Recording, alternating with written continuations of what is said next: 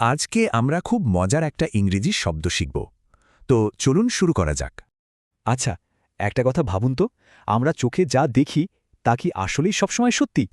আসলে মাঝে মাঝে আমাদের চোখ আর মন দুটোই কিন্তু ধোঁকা খেতে পারে, আর এই ধোঁকাটাই হল ইলিউশন। এর ফর্মাল ডেফিনেশনটা যদি দেখি, তার মানে হল বাস্তবতা নিয়ে একটা ভুল ধারণা থাকা। সহজ করে বললে ইলুশন অনেকটা ব্রেনের সাথে ম্যাজিক ট্রিক করার মতো একটা ব্যাপার। এই যেমন ধরুন জাদুকরদের কথা, তারা কিন্তু ইলিউশনের দারুণ ব্যবহার করেন। এই বাক্যটা খেয়াল করুন, এখানে ইলিউশনস মানে হল সেই সব অবাক করা কৌশল যা দেখে দর্শকরা মুগ্ধ হয়ে গিয়েছিল। শব্দটা আরও ভালো করে মনে রাখতে চলুন রিনার একটা গল্প শোনা যাক। এই যে রিনা, পরীক্ষার আগে ওর ভাবখানা এমন ছিল যে ও সব জানে, সব প্রস্তুতি হয়ে গেছে।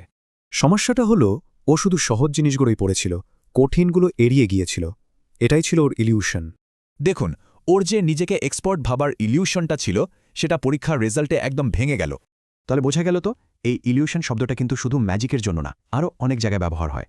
যেমন ধরুন বিজনেসে, পড়াশোনায়, এমনকি সোশ্যাল মিডিয়াতেও আমরা ইলিউশন দেখতে পাই। যেমন বিজনেসে একটা কোম্পানির দারুণ গ্রোথ দেখে মনে হতে পারে সব ঠিক আছে, কিন্তু এটাও একটা ইলিউশন হতে পারে। আবার সোশ্যাল মিডিয়ার কথা ভাবুন, এখানে অনেকেই একটা পারফেক্ট লাইফের ইলিউশন তৈরি করে, যা আসলে সত্যি না। তার মানে শব্দটার ব্যবহার কিন্তু নিউট্রাল হতে পারে, যেমন ম্যাজিক, আবার নেগেটিভও হতে পারে, যেমন কোনো ভুল ধারণা।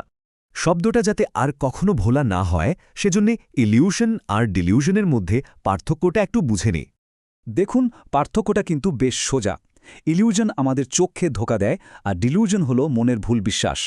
তাহলে সহজ করে বললে, ইলিউশন হল চোখের ভুল, আর ডিলিউশন হল মনের ভুল।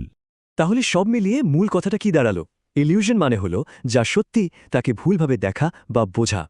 এবার একটু ভাবার পালা, আমাদের চারপাশে প্রতিদিন আমরা কি কি ইলিউশন দেখতে পাই।